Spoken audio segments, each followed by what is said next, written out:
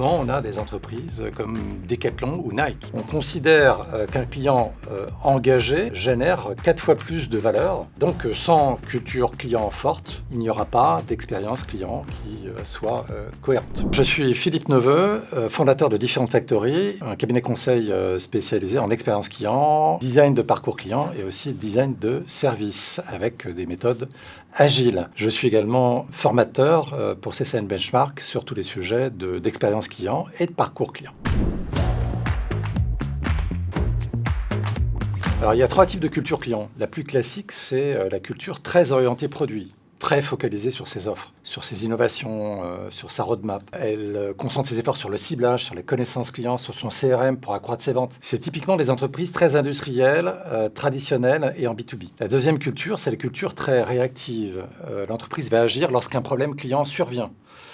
Typiquement, elle répond aux besoins, mais n'anticipe pas les attentes. C'est des entreprises avec par exemple, un très bon SAV ou un très bon service client, qui reste un peu siloté. La troisième culture, c'est la culture proactive. Elle écoute les clients en vue de proposer des solutions qui répondent en fait à des besoins.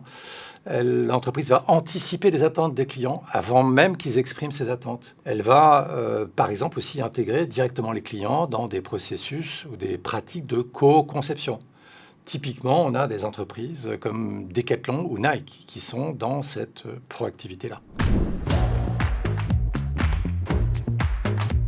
Alors, développer la culture client, c'est important. La première raison, c'est que c'est un facteur de motivation pour les collaborateurs et cela crée du sens pour l'ensemble des collaborateurs. Ils se sentent engagés dans une mission qui va être une mission commune. La deuxième raison, c'est les effets. Les effets de la culture client, c'est un impact sur l'expérience client qui va être positive et homogène sur l'ensemble d'un territoire et sur l'ensemble des canaux, que ce soit le digital, le physique, voilà, et que ce soit à Paris, à Marseille ou à Saint-Nazaire, on va avoir une homogénéité d'expérience client. Troisième effet, c'est l'effet sur la recommandation client. Si la culture client est forte, comme chez Maïf ou Leroy Merlin par exemple, cela devient un facteur de différenciation sur le marché. On considère qu'un client engagé génère 4 fois plus de valeur.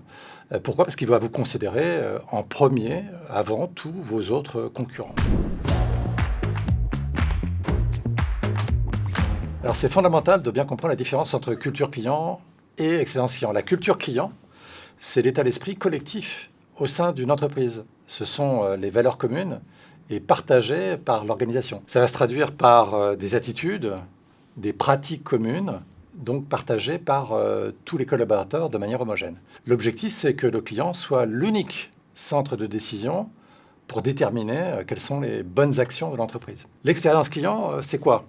C'est le résultat externe, visible. C'est tout d'abord comment les clients vous voient. C'est comment les clients vous perçoivent dans les interactions avec votre entreprise. Donc comprendre l'expérience client est un facteur très important. C'est comprendre si on réussit à répondre à ses besoins, à ses attentes, mais aussi si on réussit à lui faciliter la vie. C'est aussi si on réussit à le surprendre par sa proactivité. Et donc sans culture client forte, il n'y aura pas d'expérience client qui soit cohérente.